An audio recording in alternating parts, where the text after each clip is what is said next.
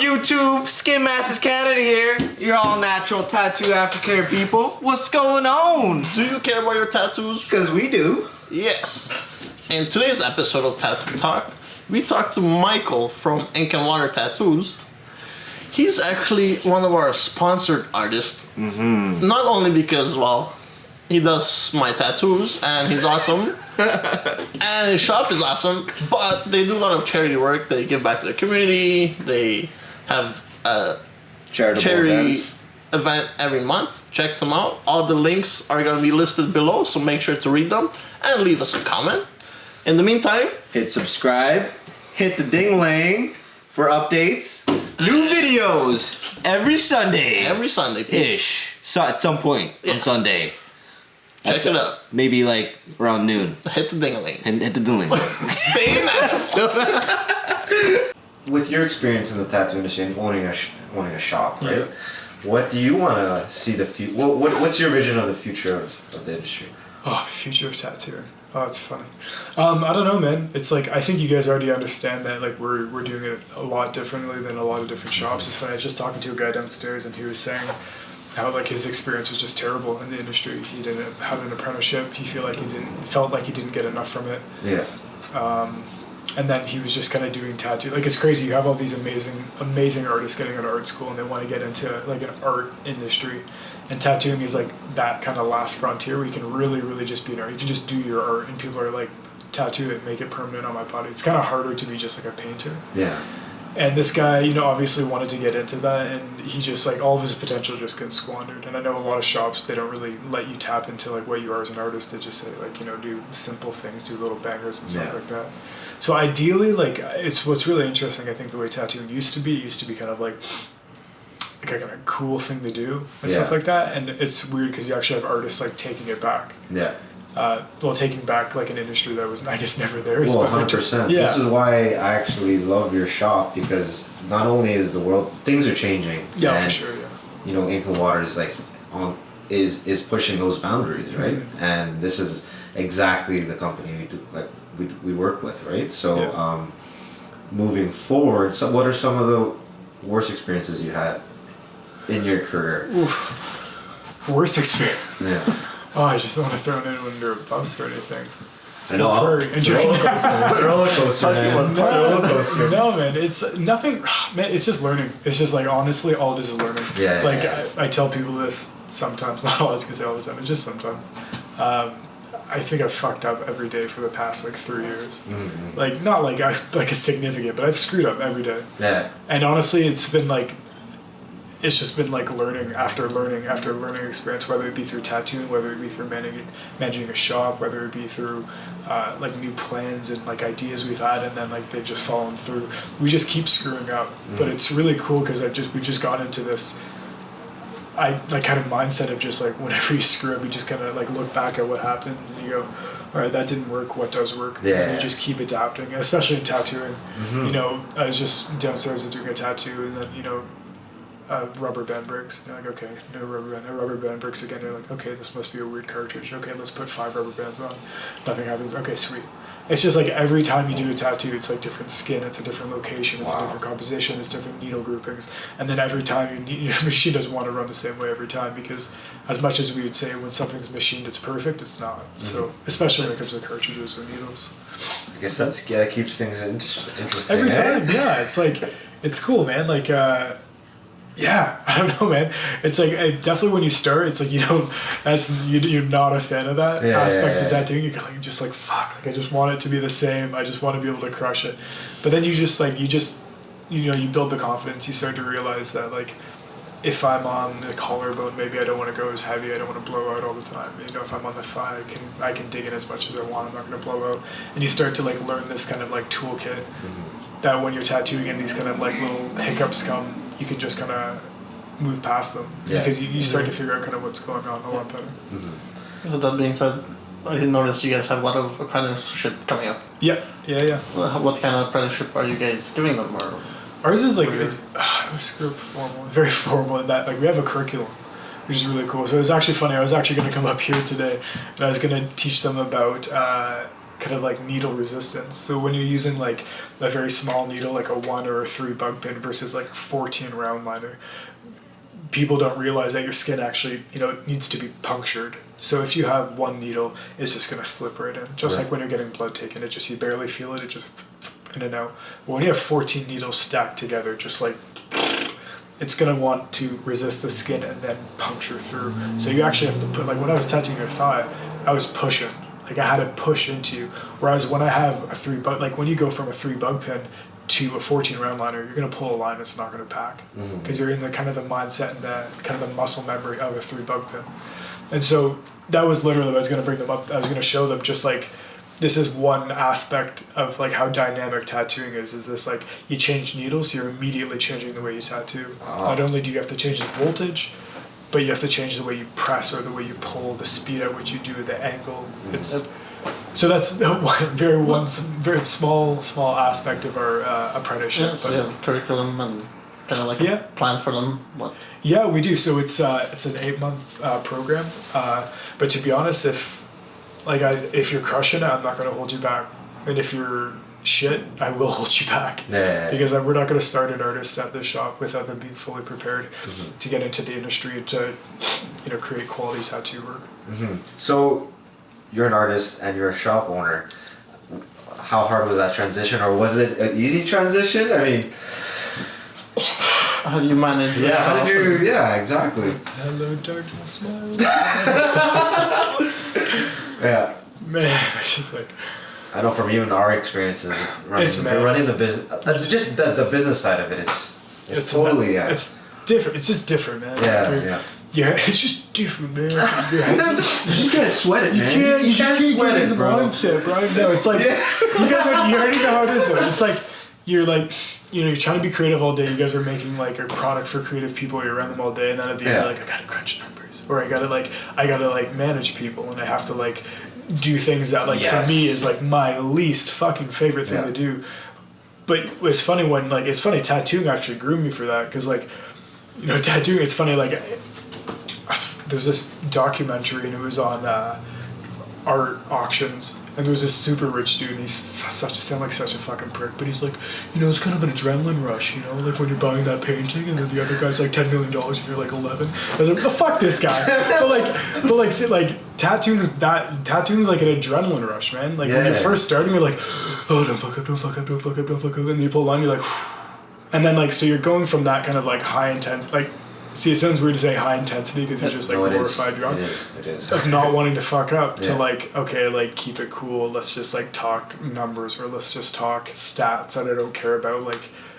Keeping it I just want to chill. It's weird. I don't know. Man. No, I totally understand. We need to we gotta dedicate a day just numbers, not even talk Yeah. Well, to be honest, the biggest problem we did was, or not the biggest problem we did. The biggest problem we had was, number one, growing too fast. Because I think for a long time, Prairie and I just had this weird diluted idea that we could literally be every single part of the shop. So we were owners, tattoo artists, brand managers, tax payers. We did everything. And then we got to a certain point where it's like, oh, Jesus, we can't handle any of this. So we needed to hire a front desk. And that just the learning experience of being knowing, number one, when you're not capable enough to do something, it's kind of a weird ego hit. Because you're you can do it. Yeah. But is it worth it to do it yourself and then fuck up? Or is it worth it to just pay someone to do it? They'll do it right the first time. Yeah. But it's a little bit out of your hands. So it's you're weighing these options. You're like, oh, but it's my baby. What if someone... Was that the game changer when you just started letting go? Yeah. Well, I won't say letting go, but just starting to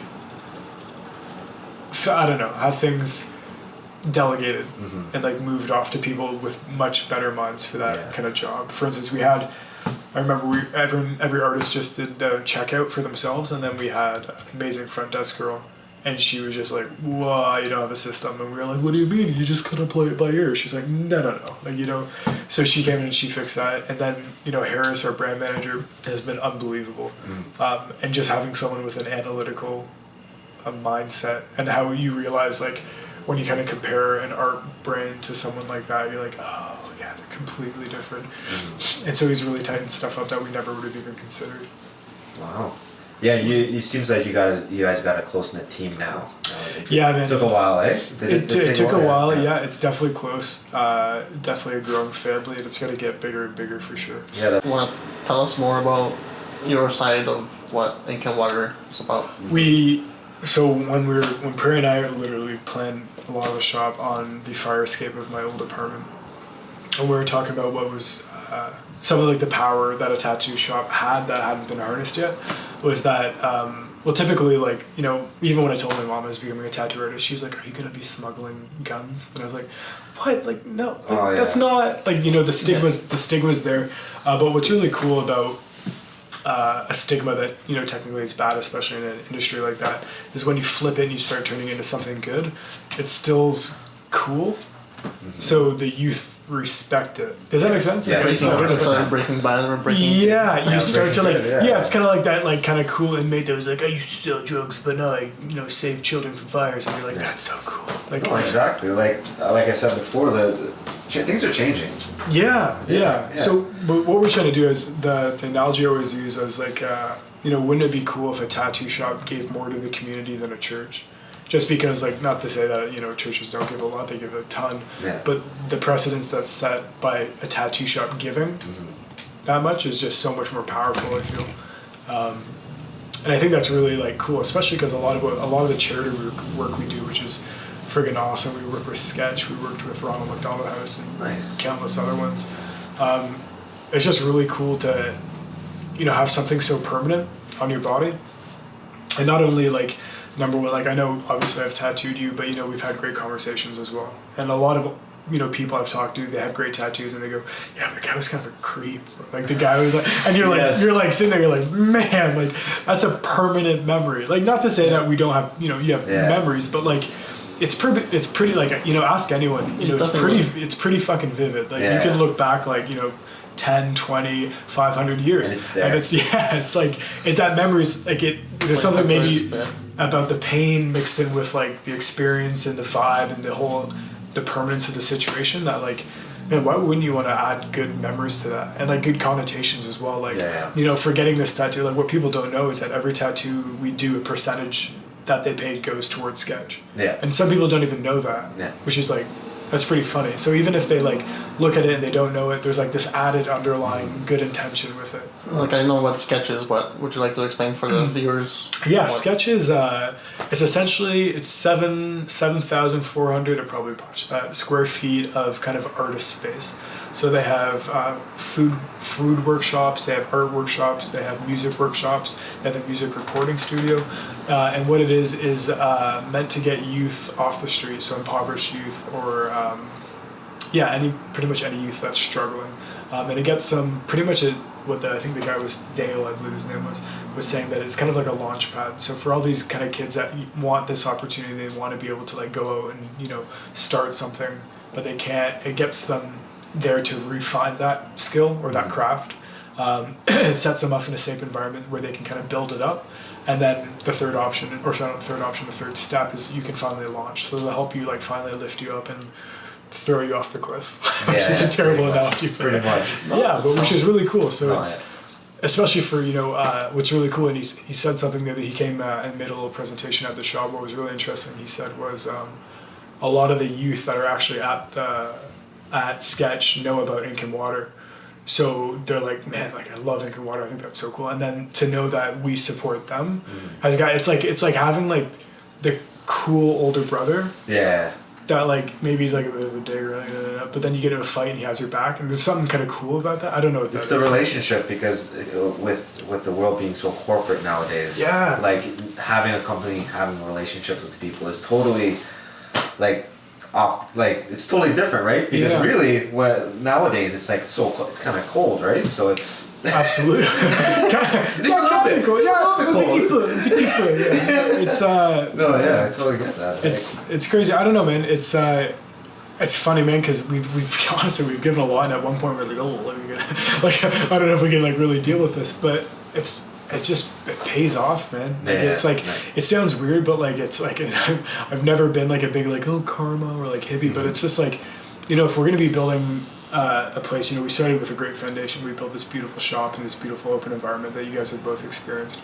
But then while we're building, the house alongside, you can build a house really quick, this huge, beautiful house, but it's just a skeleton. And what we're doing is we're taking our time, we're building it up, but there's a sofa in there, you have the floor in there, you have everything, and it's all building up at once. And a lot of that comes to like giving as well as taking at the same time. Every time you do it, you have to give and take.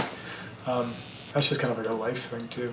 Yeah, no, for sure. You're branding Rock Point, and that being said, where are you guys going in the future? What's happening in 2018, 19?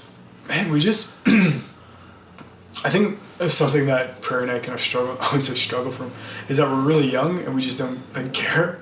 Like it could be, if anything kind of interests us, we'll be yeah, screw it, why not? Yeah. But it's not like we're not old enough to be like, no, that's not logical, or that's not. Because like, to be honest, when we were starting the shop, everyone's like, don't do it. Because I just graduated university, Prairie just graduated university, no place would take us. They're like, what the hell are you guys doing? Yeah.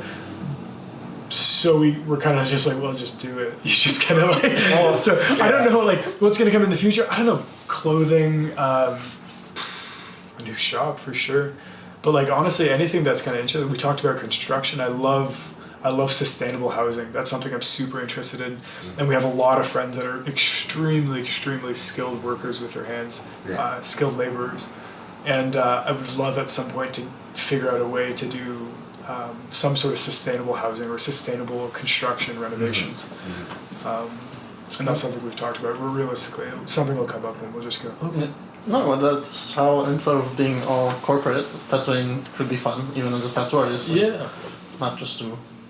And that's what we do. That's why we do like kind of parties as well. And all of our parties are always free. All the alcohol is free, which makes for a hell of a friggin' party.